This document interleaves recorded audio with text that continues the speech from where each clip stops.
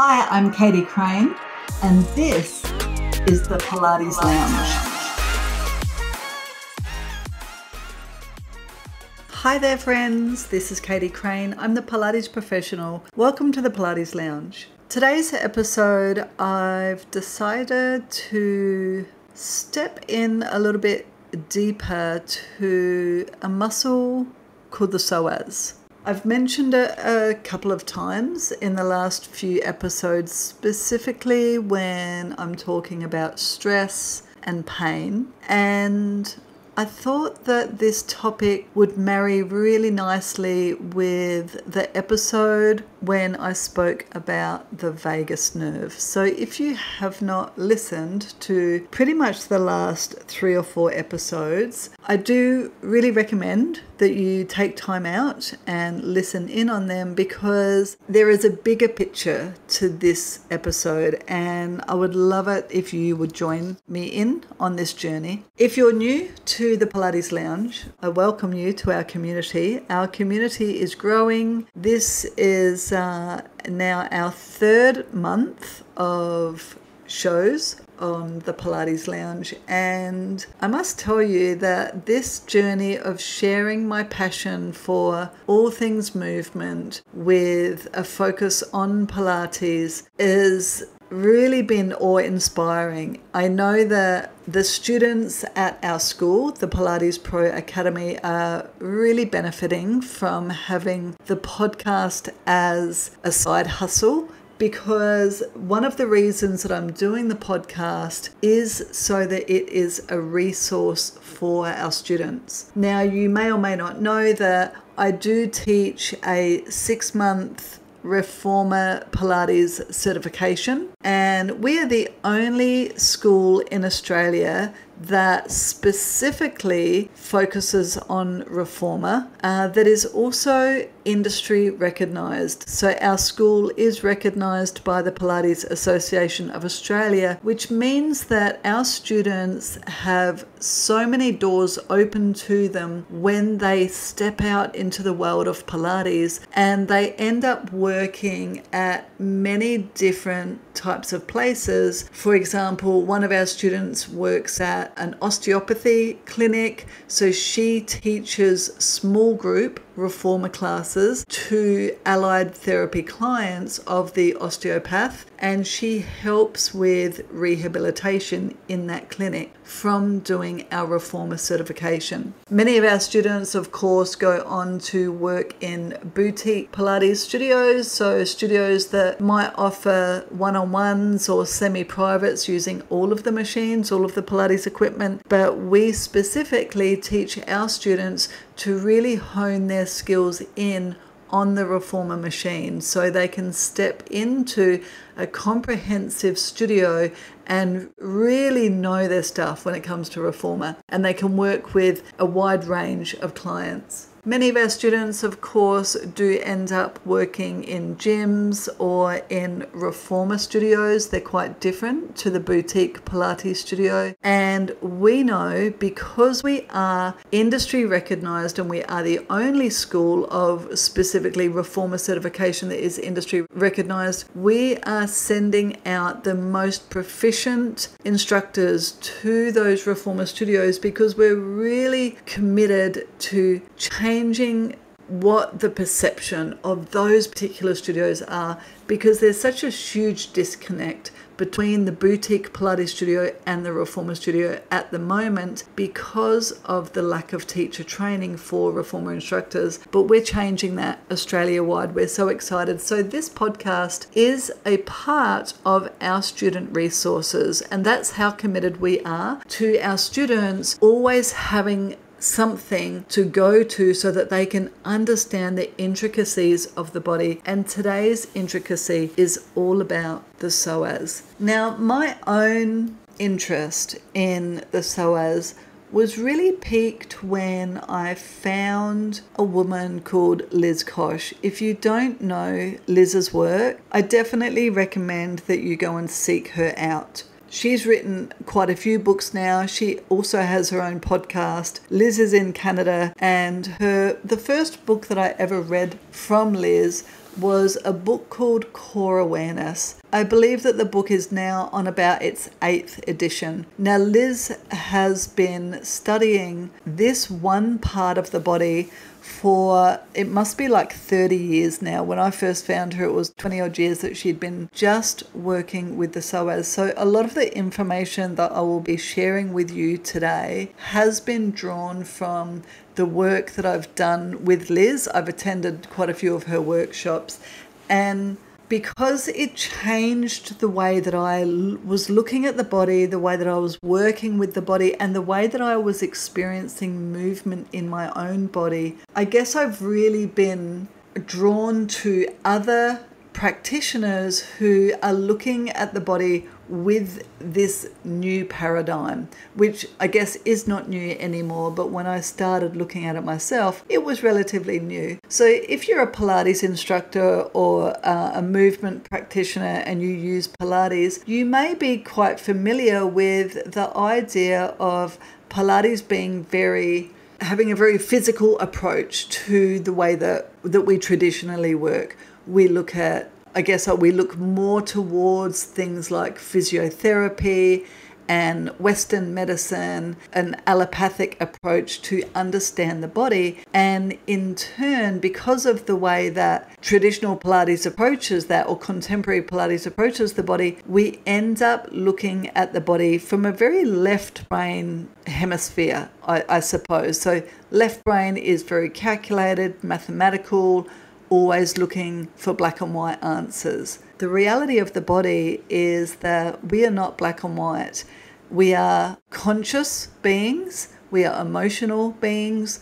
We all have a very personal experience in this world, in this lifetime, and we carry those experiences with us throughout our lifetime. And quite often, the emotional experiences that we have may present themselves in the body physically, and if we don't deal with our emotions, then it can in fact form sickness or illness in the body. So to kick off, I am going to go through where the psoas is in the body as far as the physicality of it is, but then I am going to move into a little bit more somatic discussion, esoteric discussion as well. And I hope that you enjoy this journey with me, because while I have so much respect for the medical fraternity and for how far we have come in Western medicine, I believe that there can be a great disconnect both between practitioners working with people and only looking at Western medicine or Western sciences and having this very dogmatic approach, but also there becomes a disconnect between the client or the patient, depending in how you're working with people, and their own body.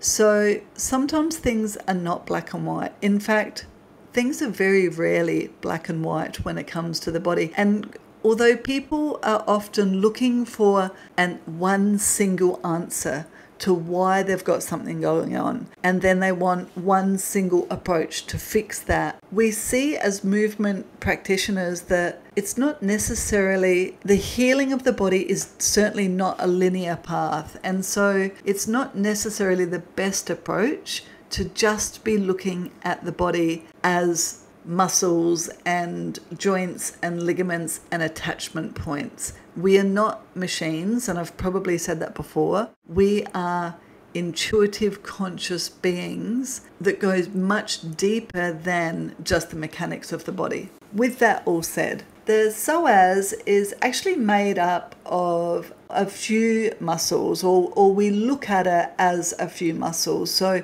we often talk about the psoas as the iliopsoas. So the iliopsoas is the iliacus and the psoas major and psoas minor. So let's have a look at the iliacus first, or have a chat about the iliacus first. The iliacus it's a major flexor of the thigh. So it pulls the knee towards the chest. It's going to move the thigh towards the hip. And it actually attaches or grows within the iliac fossa and the anterior inferior iliac spine. So in layman's terms, if you were to put your fingertips on the front of your pelvis, at the front of your hips, and you'll feel they almost feel round, two little round bits. In class, I always call them your headlights. That is the very front of your ilium. So you've got two ilium, they're the two big bits of your pelvis, and then you've got your sacrum. So your iliac fossa is almost like a concave shape that starts there. So if you were to push your fingers just down and in from those two little points, you'll feel how that surface, that bone, actually starts to go in.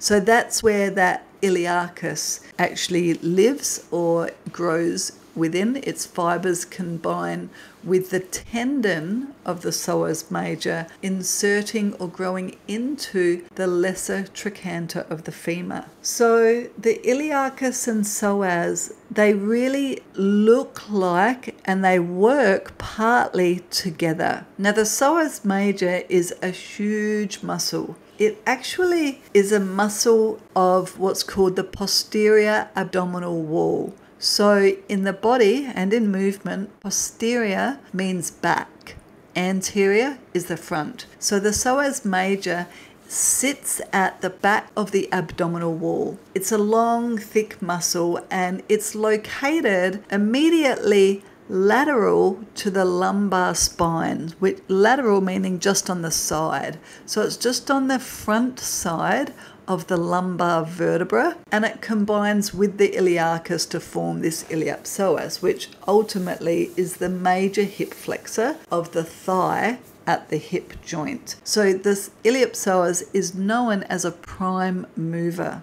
So I said in one of my other podcasts that the psoas connect. So if you were to put your fingertip at your belly button or your pointing finger and then just fan your fingers down towards your pubic bone, that's where your psoas is. That's only part of the psoas though, because it's such a big muscle. It actually goes all the way up to your thoracolumbar junction. So your thoracolumbar junction is where the thoracic vertebra and the lumbar vertebra meet, which is basically at your very last rib. So if you were to feel at the front of your body where your rib cage is, don't push too hard, but you could follow the shape of the ribs at the very bottom, and your psoas is going to grow out of the front of the spine, attaching or growing out of the transverse processes, those little knobby bits on the sides of the spine, and come down behind the abdominals.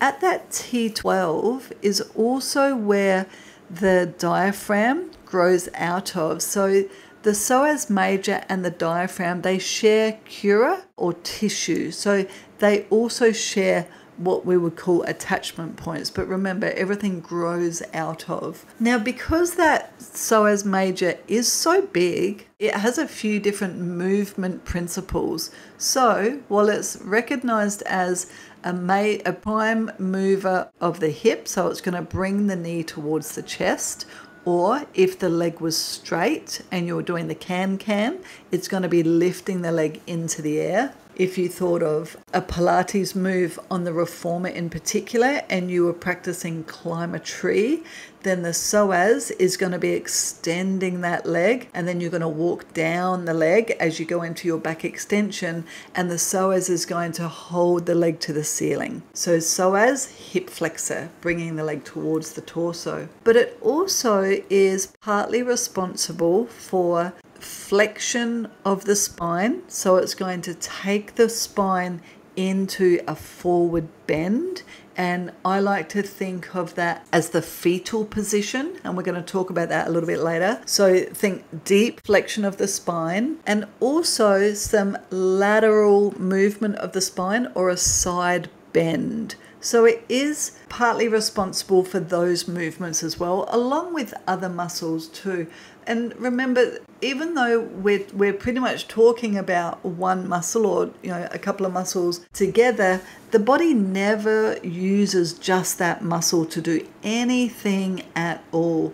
The body really works in slings of muscles, and I'm going to get to that a little bit later, but I do just want you to pop that idea in your pocket for now, that even though I'm focusing on this one part, the psoas is never just doing something on its own, right? Even to lift the leg up, it's not just that muscle working. That might just be the main muscle doing that job. Now the psoas minor, interestingly, it is thought that somewhere between only 40 to 60% of the population still are even born with a psoas minor, and it's actually thought that this is due to the evolutionary process of humans. So potentially, as we went from being on all fours in a quadruped position up to bipedal, so now we're standing on two legs upright, we no longer require the psoas minor, and so we're not everybody is being born with it anymore. But the psoas minor, that actually originates from the last thoracic vertebra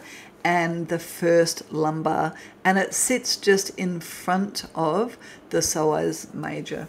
And it would also be associated with spinal flexion, but it would be associated with spinal flexion more so in a quadruped position. So I guess now for us as human beings who are standing upright all the time, it would really only be being used when we're babies, when we're crawling. So we don't any longer need that muscle so much. Another interesting fact that while I was researching this podcast, as somebody who spends a lot of time in Bali, and I love Balinese people, I love the Balinese culture, and we go there many times every year. Interestingly, the Balinese, and potentially this would be some other cultures around the world, they struggle to hop. So one of the developmental processes when we go from spending our time on our tummy to rolling over, then to crawling, eventually pulling ourselves upright and standing, is lacking in Balinese people,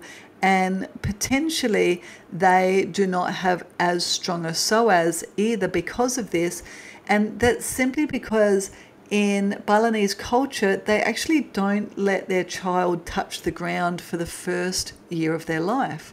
They believe that it's bad luck. So the child is being held all the time for the first 12 months. And so, of course, developmentally, this is the phase where we all either start having time on the ground, tummy time, and then we learn to roll over and start coming up onto our knees and moving backwards and forwards in this deep hip flexion. This is partly the development of the psoas. And so although Balinese people, they don't have any trouble running, jumping with 2 feet and walking, they struggle to hop, which is just so fascinating. I'm pretty sure I read that either in Anatomy Trains, either in Thomas Meyer's book, or it was in Stephen Peter Levin's book in an unspoken voice. It was one or the other, I'm not sure, but I just love knowing little bits and pieces like that. Okay, so you know how I said, so they're basically those muscles, right? So iliacus, psoas major, psoas minor. But we can never think about one muscle group without thinking of their antagonist. So an antagonist is the group of muscles that work in opposition. And because we are bipedal, because we are standing on 2 legs, walking forwards or walking backwards, getting up and out of our chair and stuff, we're always going to have almost a push and pull action in the body. So there's always an agonist, the muscles that are moving the body, but also an antagonist, the muscles that are holding the body or doing the opposite. So the antagonists of the psoas muscles, of course, are the glute muscles and the hamstrings. So it's really important to understand that if we're going to be working something, especially in a Pilates class, sometimes I think of the psoas as a core muscle, and I'll get into that in a little bit in the way that I think of it as a core muscle.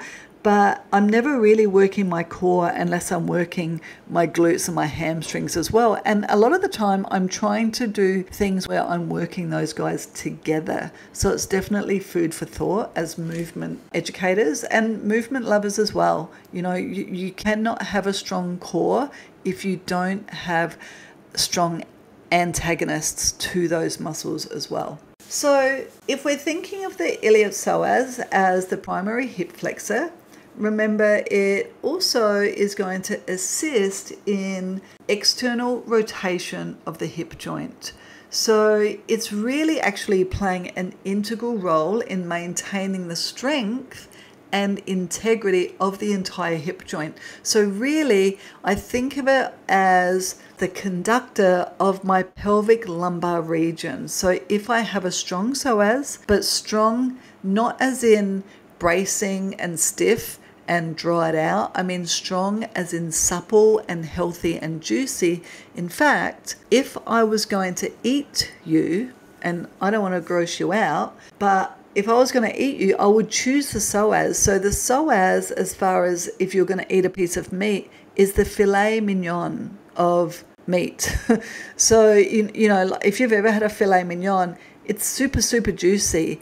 And the psoas requires both good movement for good blood flow, good oxygenation of that muscle, but also good hydration. So things like coffee, booze, junk food are going to dehydrate the body, and that can actually contribute to tightness in the psoas or a dry psoas, which then would contribute to things like hip pain and a lack of ability to go into a deep squat and get back up again, or to even lift that leg up. So functionally, the iliopsoas is the most potent of the hip flexors. During our gait or when we're walking, it facilitates the swing phase of the leg. So it swings the leg forward, but it also contributes to the lateral flexion of the lumbar spine and can influence the anterior pelvic tilt. And that's due to its attachment on the lesser trochanter.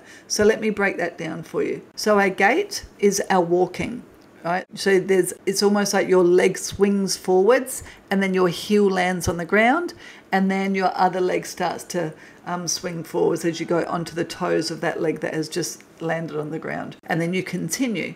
Now, when that's happening, there's always a slight flexion of the spine as you swing the leg forwards, and then there's a slight extension of the spine as you take the leg backwards. So there's flexion and extension happening in the spine all of the time. And the psoas is responsible for part of that flexion because of where it grows out of in the lumbar spine and then comes down to the lesser trochanter, which if you looked at the femur, at the bone of the leg, the biggest bone of the leg, the femur, it's a ball joint at the very end, but just on the inside of that leg, so towards in your adductor, then there's like a little knobby bit called the lesser trochanter. So the greater trochanter is the biggest ball of that joint, and then the lesser trochanter is a little one just to the side, and that is actually what the psoas grows into. So in fact, the psoas is, I think of it as the guide wire between the torso and the lower limbs. It's the only muscle that connects the spine to the lower limbs. So other muscles connect the spine to the pelvis or the pelvis to the legs, but this is the only muscle between the spine and the leg. So it's a super, super important muscle. And if you can imagine, if it's not functioning well, so if it's dry, if it's tight, if it's weak, if it's overworked, then you're going to be impeded both through your spine, so you're possibly going to have a tight back, but you're also going to be impeded right down through the pelvis and into the top of the leg. So good psoas recruitment, good psoas health is absolutely imperative for us if we want to be doing things like walking, running, jumping, sit to standing, squatting, and also getting up off of the floor. So like I said, you could think of the psoas as the guide wire of the lower body. So it creates support, stability of the pelvis and the spine, and it allows for good movement of the low limbs in all of those things. So really everyday pursuits. But remember, you want to be working those muscles with the glutes and the hamstrings, because they end up pulling your hip in the opposite direction to what the psoas is doing. So then you want to find balance. There's got to be a yin and yang. You've always got to be finding balance in everything that you do. So poor psoas tone, it's going to affect mostly the low limbs. So people with poor psoas tone quite often are going to come to you with knee pain, because that tight psoas is going to be pulling on the leg because it is connected to the leg. Hip pain is very, very common, and it's going to be quite tight in the hips. So if you were to palpate just at the crease of your hips, it's not quite there. You've almost got to go in a little bit deeper and then underneath those superficial muscles of the quads. You've got to go in underneath to find the psoas, but that's where you'd find the hip pain. It's quite often a pain that will keep people up at night. So if somebody says they got hip pain, that's one of the first things I ask them. Does it wake you up at night, or is it just, when you're doing things during the day? Oh yeah, no, it definitely wakes me up at night. Okay, a little bit of information for me. I'm not going to shout at the rooftops, oh, it's your psoas, but it's another piece of information for my toolkit. I pop it aside and then I keep exploring with them. Back pain is quite often associated either with a tight, weak or deconditioned psoas, because psoas grows out of so much of the spine. So if you've got a tight psoas, then quite often it's going to be pulling your spine into more of a lordosis. So if you imagine a pregnant woman, and as she gets bigger and bigger, then her back starts to bend more. She has more of an arch in her back. So that's your lordosis. That's because the psoas is actually getting worked quite a bit to allow for the expansion of the belly while the baby is growing. But, people who have a tight psoas, quite often they will feel that tightness in their back. And again, it's going to be deeper than just those superficial back muscles, because remember, psoas actually grows out from the front of the spine. Poor foot placement during walking and running can quite often be associated with psoas tightness, and I think that's probably more associated with the fact that psoas is part of what we call the deep front line. So if you've ever looked at fascial lines or muscular slings, I'd like to think that if you're a Pilates teacher or instructor or practitioner of any type, then your school has gone through the slings with you, because it's actually how we teach. We don't teach with singular muscle groups. We teach in body slings. And we teach this in Pilates Pro Academy in our Reformer certification, that the psoas is pretty much the very middle part of the deep front line of those fascial slings. So that actually starts from the arch of the foot and comes up through that fascia and then ends up in the face. So I'd like to think that you would know that as a Pilates practitioner, but if you're a movement lover, it's important for you to understand as well that quite often things that are going on in your foot, it's not your foot that's the problem. Your foot may be a symptom of something that's happening further up. So it's really important that you're working with somebody who understands your body as a whole. What was I saying? Oh, that's right. Okay, yeah, so foot problems. So, and you might notice that when you're walking or running. A poor psoas tone could also affect a pelvic torque or rotation of the pelvis. So if you've got one side of your pelvis higher than the other, that may be part of that iliopsoas issue. It could be iliacus, but it could be psoas. But those guys, they're inherently joined anyway. They're very, very similar fiber. So you want to be considering that if this is what you're seeing. So that could be a torque or rotation of the pelvis. And I've already said increased lordosis. Now, it's important for us to understand that the psoas, it's a prime mover. It's not a stabilizer. And when I say that, it does actually help stabilize the spine in movement. But if we are constantly bracing, then we are certainly not doing the body any favors whatsoever. So it's really important that we understand that stability is definitely not rigidity. And in fact, stability should embody or should mean to you as a movement lover, stability means fluid movement. It means that you're moving well. It doesn't mean that you're static, that you're stagnant at all. So just remember that when we talk about it being a core muscle or a stabilizer, it's constantly moving at the same time. It just means that you're moving well. Now the psoas acts as a guide wire from the shoulders all the way to the feet.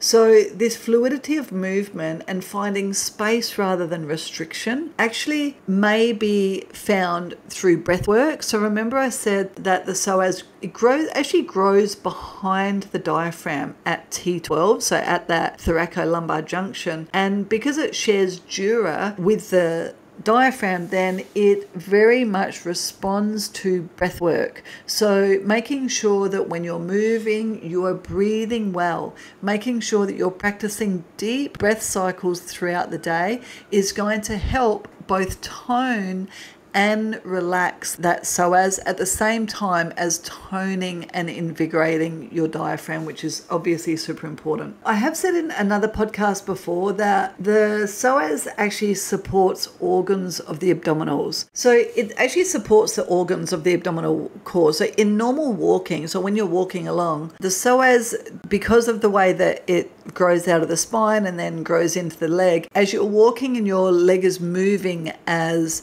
a pendulum, the psoas is actually massaging the spine, massaging the organs, the arteries, the nerves, and the lymphatic system. And so it's helping to stimulate flow of fluids throughout the body, almost like a hydraulic pump. So a good healthy psoas is definitely associated with good healthy organ function. And not only that, your organs sit on top of the psoas, in front of the psoas, and like a shelf. So while that psoas is acting like a pump or acting as a masseuse, I suppose, then those organs are also being supported. So this is why you want to make sure that you're hydrating, because psoas is growing out of the spine. It's going to require good hydration of the spinal cord, of the discs, the invertebral discs, which are like 80% water. And then that, of course, is going to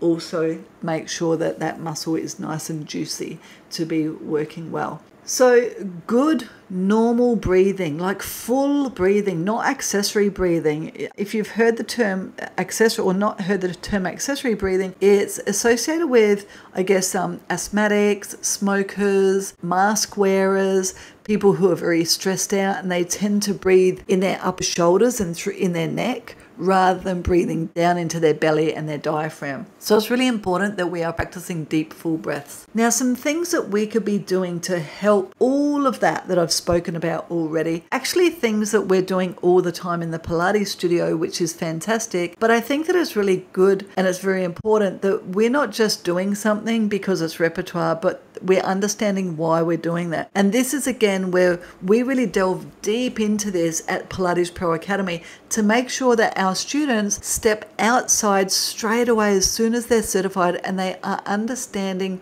why they're choosing exercises that they're choosing to give their clients and how their clients are going to be benefiting holistically. So one of those exercises is in yoga, it's called constructive rest position. Now, constructive rest position is basically laying supine. So if you're laying on the floor or laying on a reformer, laying on a trap table, laying anywhere at all with your knees bent and your feet flat on the floor, that is constructive rest position. And quite often people come into the studio, like a client will come into the studio and they're so keen to get moving straight away because they feel like, I'm assuming they feel like if they're not moving, they're not getting their money's worth or they're not, doing what they're meant to be doing. But in fact, laying there and doing AKA nothing for a little bit is actually really, really beneficial for the body, and it allows for the body to settle into itself. Now, partly what we're doing when we're practicing Pilates is we're changing our relationship to gravity, or we're exploring our relationship to gravity. And if we've been standing up all day or even sitting down all day, and then we come into a Pilates class and we haven't laid down on our back yet, if we just lay down and take a couple of minutes, maybe just a few minutes of not doing much at all, you'll actually feel your bones settle into that. And as the bones settle into that, then the load is taken off of the muscles that have been working.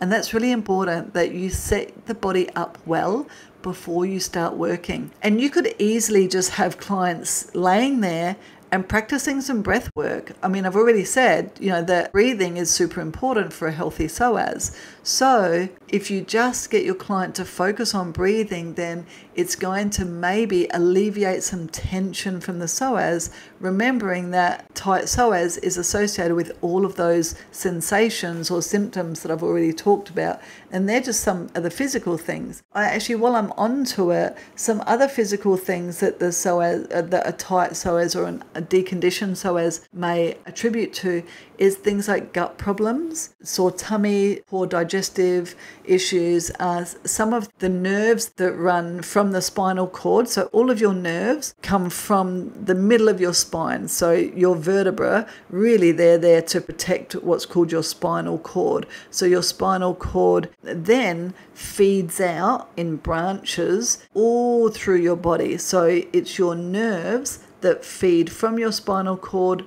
through your muscles, and they innervate your muscles. So that's how your muscles work. That's how you can actually start to walk and pick things up, is your nerves are talking to the muscles. But those nerves also innervate or communicate with all of your organs, including your diaphragm or your breathing, but all of your digestion, all of that sort of stuff as well. So the nerves that innervate your digestive organs actually come through the psoas as well, because the psoas grows out of the spine and it's such a massive big muscle. Quite often nerves will kind of weave through muscles or just lay just on top of muscles or just underneath them. So it's important to understand that then things that you're feeling in the body may not be, it's not just a gut issue. It's quite often it will be a tight psoas that's giving you the gut issue, because those guys are so interwoven. So it's definitely food for thought. And I'll come back to that in a little bit, but I want you to just pop that just beside you for now while I go through some of this work that we could be doing with people. So constructive rest position, super important activity for us to be doing. I don't think that many people are doing enough of it. While we may sit around and watch TV, that's not constructive rest position, because your mind is still active. So you need to be just laying there and really just focusing on breath for a few minutes. Very beneficial. Any side lying position. So again, I'll get to this in a little bit, but remember I said that psoas is partly responsible for flexion, but I specifically said the fetal position. So any side lying exercises are going to be great to help both relax, stretch, tone and condition the psoas. So you could be thinking of, in Pilates, any of the side lying clam series. If you're on a reformer, you could be doing side lying glutes, even side lying I love to do.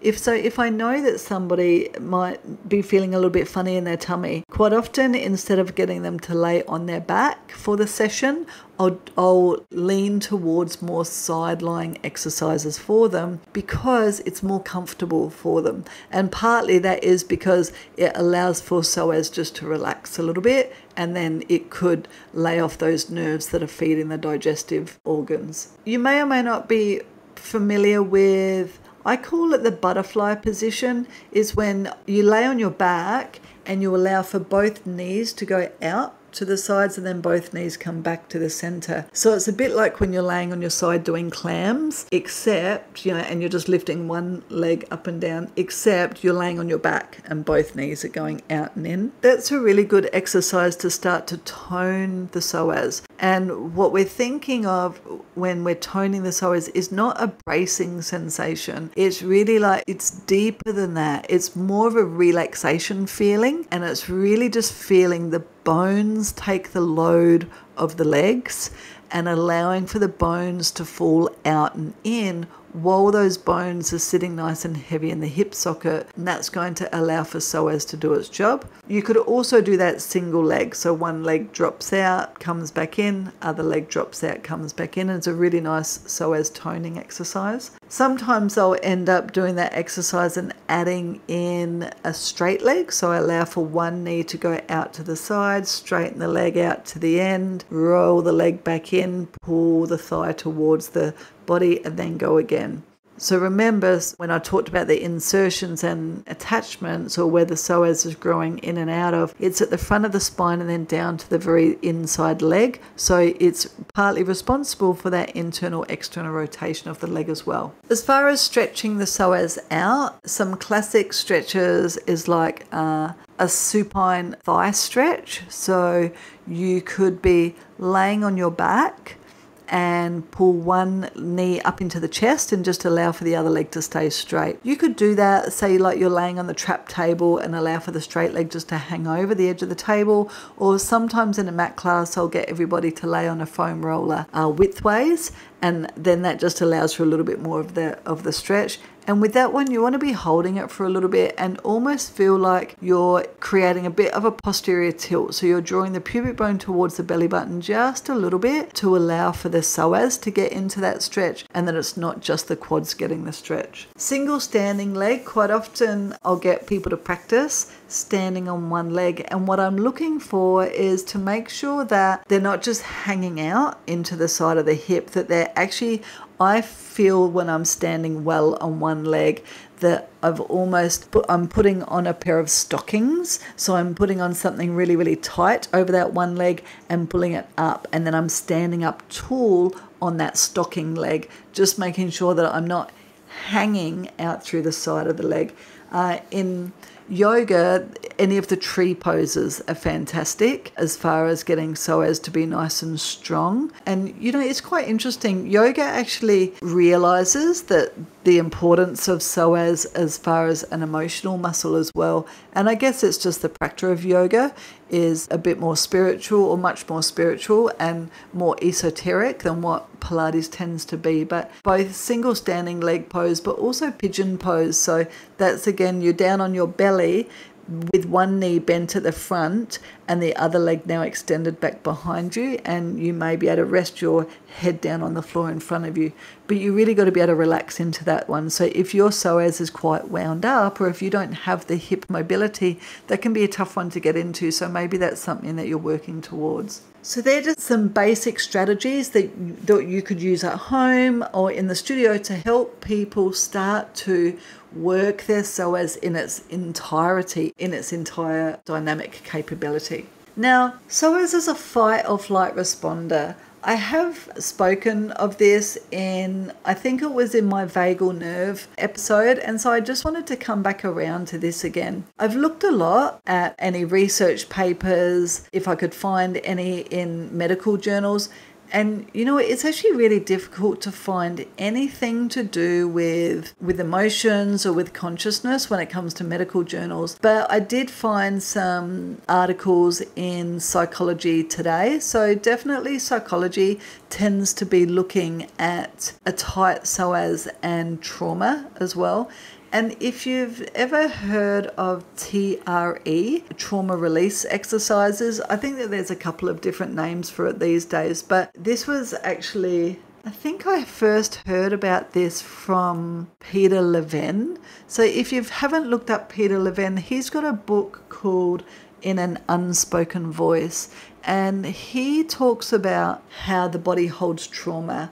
And I spoke about this in another podcast, you know, so imagine, I think he talks about it in this, when some scientists went out and they were tagging polar bears, and so they shoot the polar bear and put it to sleep. And as soon as the polar bear woke up, it had these like all over body tremors, and the scientists were really concerned that they'd done something wrong. But they later realized that it was actually just the animals' natural stress response. So animals are really good at releasing stress. You'll see it in animals. If you've got a dog, if your dog yawns or your horse yawns, I used to work with horses, so I'd see it in stressed horses. They do that either when they're excited or when they're stressed out, and it's their body's way of releasing stress.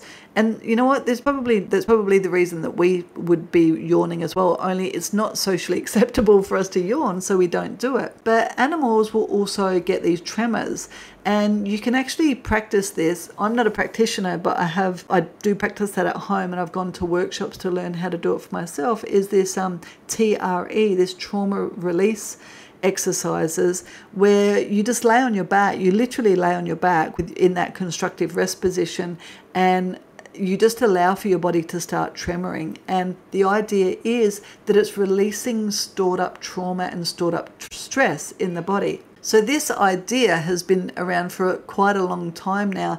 And I know of physical therapists that are teaching this to their clients and getting really, really positive results from it. But the psoas as a fight or flight responder, the idea is that partly because the psoas shares both dura with the diaphragm. So part of our stress response, part of our fight or flight response is that we start breathing short and fast. And so if that's happening, if we're not breathing deeply, if we're not breathing relaxed, then the psoas could anticipate that we're under threat or that we're under stress. So that's why learning to breathe deep and well is very important for the health of the psoas. But if you're under stress all the time and you're not breathing really well, then your psoas could respond as part of that flight or fight mechanism. And also because of those nerves that come from the spinal cord and they interweave through the psoas and down into the gut, this is where our intuition is.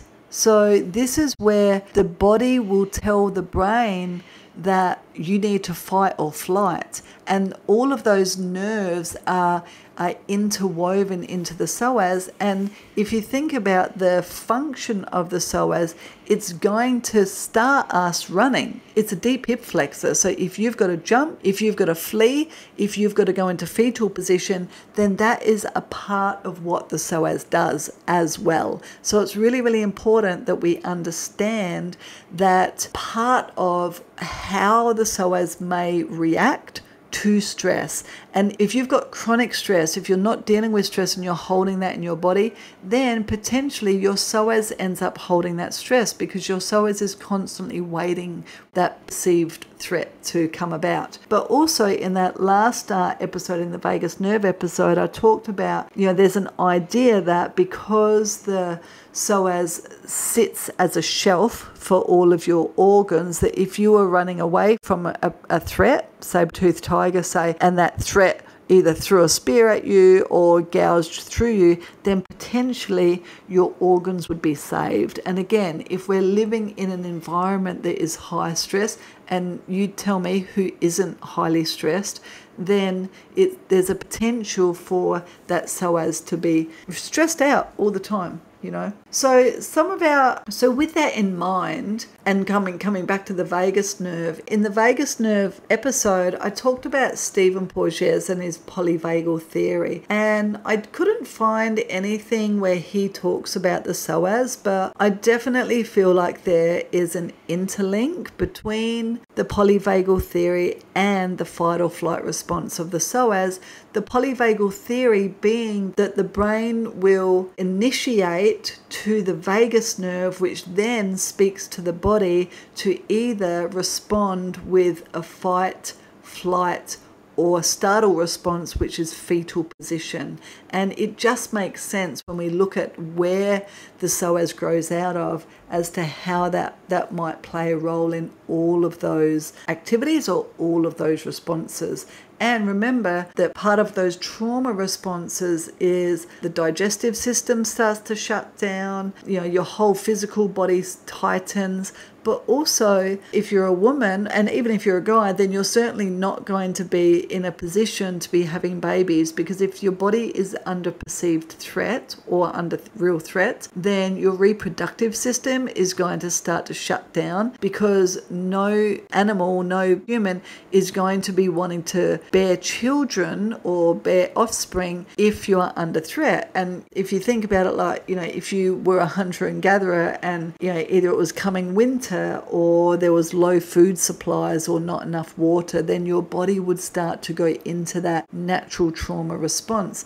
And interestingly, part of the deep front line is also pelvic floor area. So I'm going to go through that now. So if you haven't heard of the deep front line, definitely check out, there's quite a few people now who look at fascia. I first learned about the fascial lines from Tom Myers. So he's very well known for his work is called Anatomy Trains. He does online workshops and he both works with cadavers, but I think he was initially a Rolfer, so he was initially a manual therapist, but he works with both manual and movement therapists so that we can understand these fascial lines. And the idea is exactly that. The psoas is not just a muscle on its own. It works in line or along the line of very, very specific meridians or very specific fascial and muscular lines. So the very start of that deep front line is actually, the deep front line is interposed between the left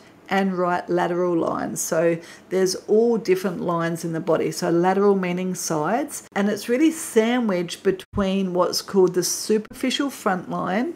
And just to give you an idea, that would consist of like your rectus abdominal, so your six-pack muscles are a part of your superficial front line, and the superficial back line. So the superficial back line, part of that would be I think it's your lats. Don't quote me on that one actually, but I think it's like your lats and your QL, your quadratus lumborum, so your more superior back muscles.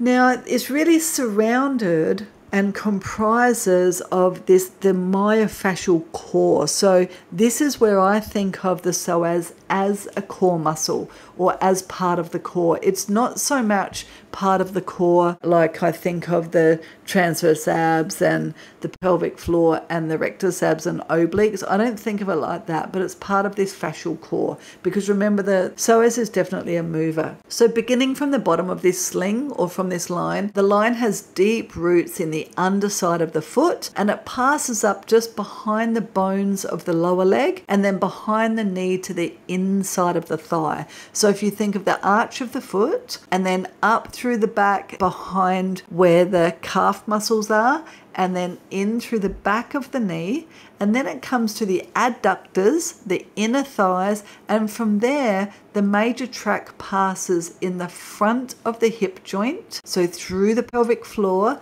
into the pelvis and up through the lumbar spine. And then the alternate track passes up the back of the thigh into the pelvic floor, and it rejoins at the start of the lumbar spine. Now this is where the psoas comes into it. So from this psoas diaphragm interface, the deep front line continues up through the rib cage, and it goes along a few different alternate paths. So it kind of goes around through the thoracic viscera or tissue, and it ends up underside of both the neuro and viscerocranium of the face. So, or viscerocranium. So in other words, of the face rather than the back of the head. So this is the whole fascial line of the psoas. So it's integrated with the pelvic floor, and it also is integrated with or innervated with some of those pelvic floor and sexual organ nerves. So things like joy and love and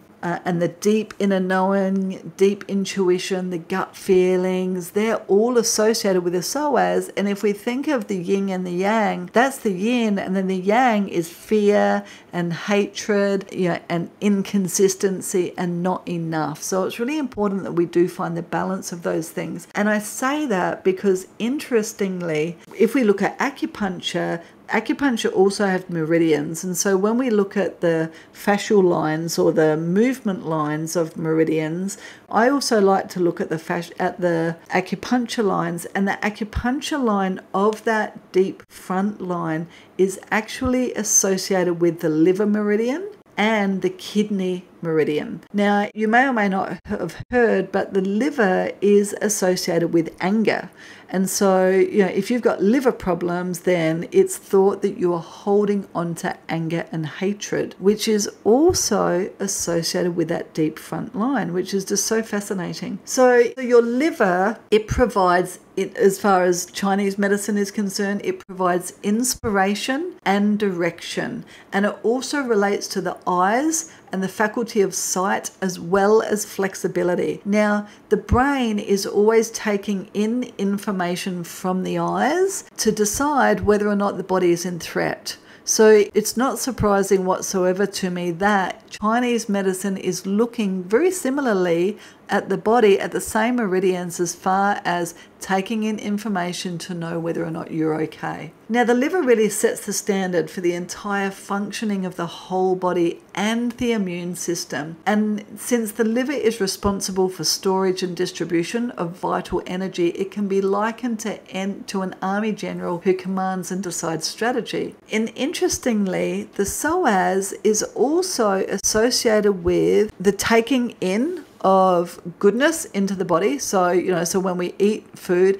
and then making sure that that food is assimilated well in the body. So a part of the digestion, not specifically the colon, but it sits at the top where the colon begins. There is a little bit of dura that's shared in that same area, and some of those nerves may interweave as well. So that's quite interesting that the liver meridian does the same. Now, if we think of the kidney meridian, the kidney channel, it also begins in the sole of the foot, and it also travels up, but instead it travels up through the calf and the thigh, and then up through the genitals and the uterus, and through several other organs before finally ending at the bottom of the tongue. So it just kind of points and terminates, although its points just terminate just below the collarbone. But the kidneys are considered to be the source of all life in Chinese medicine. And when I think of the psoas embodies or our entire life. It embodies our entire being, our intuition, our gut feelings, those feelings of joy, of success, of wellness, of capability, because it's the muscle that allows us to run and jump and flex in the hips deeply, and then that gives us the power to take off. Well, the kidney meridian is the same. So I wonder if we're working with somebody and they're struggling with their kidneys or their liver, could we potentially be working with the psoas in mind and helping these people as well? Because that's the beauty of the body, is that we need to always be looking at the body and working with the body in its holistic nature. And I believe that that's how we can really, really help people. So some final thoughts as far as the psoas is concerned. I want you to think of using your skeleton to ground you rather than using your abdominal muscles as a bracing mechanism. So always do things where you feel that you're grounded into the ground. So maybe that could be on the reformer. You could be doing scooter, standing scooter. You could be doing standing splits. You could be doing Russian splits. But make sure before you start the exercise that you feel grounded through your bones. And the more you can allow for your bones to feel like they're almost attached to each other with string, and you can almost just like float up and down like you're strung up, then the psoas is going to be working well. You want to make sure that you've got good hydration. So always offering your clients water before and after their session, and encouraging them then to go and drink water at home. Understanding and learning more about your relationship to gravity. So the psoas is very playful. The psoas, it flips and turns. It's partly responsible for rotation, for stability, for running, for jumping. So psoas loves to play around with gravity. So you could be laying on your back, you could be laying on your front, you could be standing, you could be laying on your side. Make sure you're getting into all different positions and allowing for the body to move freely. You want to avoid bracing, so always encourage for the body to move rather than brace. So when we talk about stability with the client, it's very important that stability is not rigidity. The body is always supple in everything that we do. Learn to trust your own body's intuitive process. The reality of it is we know what we need to do, but we've stopped listening. And when we stop listening to what the body needs, then the psoas becomes tight. Then we live in fear. And there is no way that we can live in love if we are living in fear, because fear is the opposite of love. So if you live your life in fear, I'm scared of what might happen tomorrow, I'm scared of the future, I'm scared that my body isn't capable, I'm scared of this illness, I'm scared of whatever it is, then you can't be living in love. And you need to be living in love for the psoas to be juicy, to be working well, for the body to be supple. So learn to listen to your body. Your body always knows. And if you look at children and the way that children move, I mean children that aren't glued to screens, if you've brought up a child who doesn't look at a screen, because of course giving screens to our children too early on, I mean that's, goodness me, that's another topic, but it's just criminal what it's doing to children. So if you look at children, they move freely. They jump and they play and they move all over the place, and they do that with joy. So listen to your body, because your body is designed to move. Your body is designed to heal. And your body is very, very intuitively guided by what's happening in your body. I hope that you've enjoyed this episode. I've sure enjoyed speaking about the psoas, and I know that I've gone on again. Thanks so much for joining me. I'm going to be here next week. Every week, coming to you every Wednesday. So please, if you like the show, I really appreciate it. If you like it, share it with your friends and share it with other movement lovers and other Pilates professionals.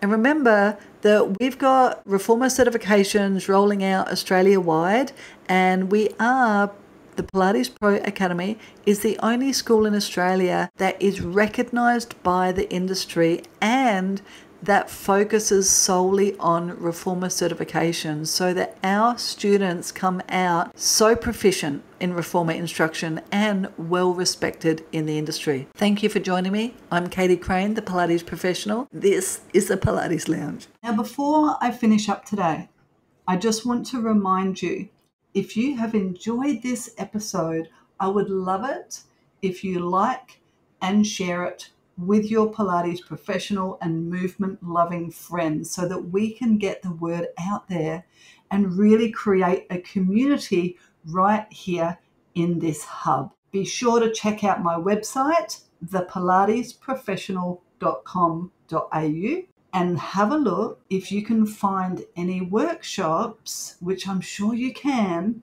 that you may be needing right now. Remember, I also do a 6-month Reformer teacher training mentor program. I call it a mentor program because I literally personally mentor each student through their own program until they are ready to teach Reformer. It's what I specialize in, and I think that this is one of the biggest missing links in our industry right now, is that we have these wonderful diploma level training workshops that people can do to become very comprehensively trained in Pilates.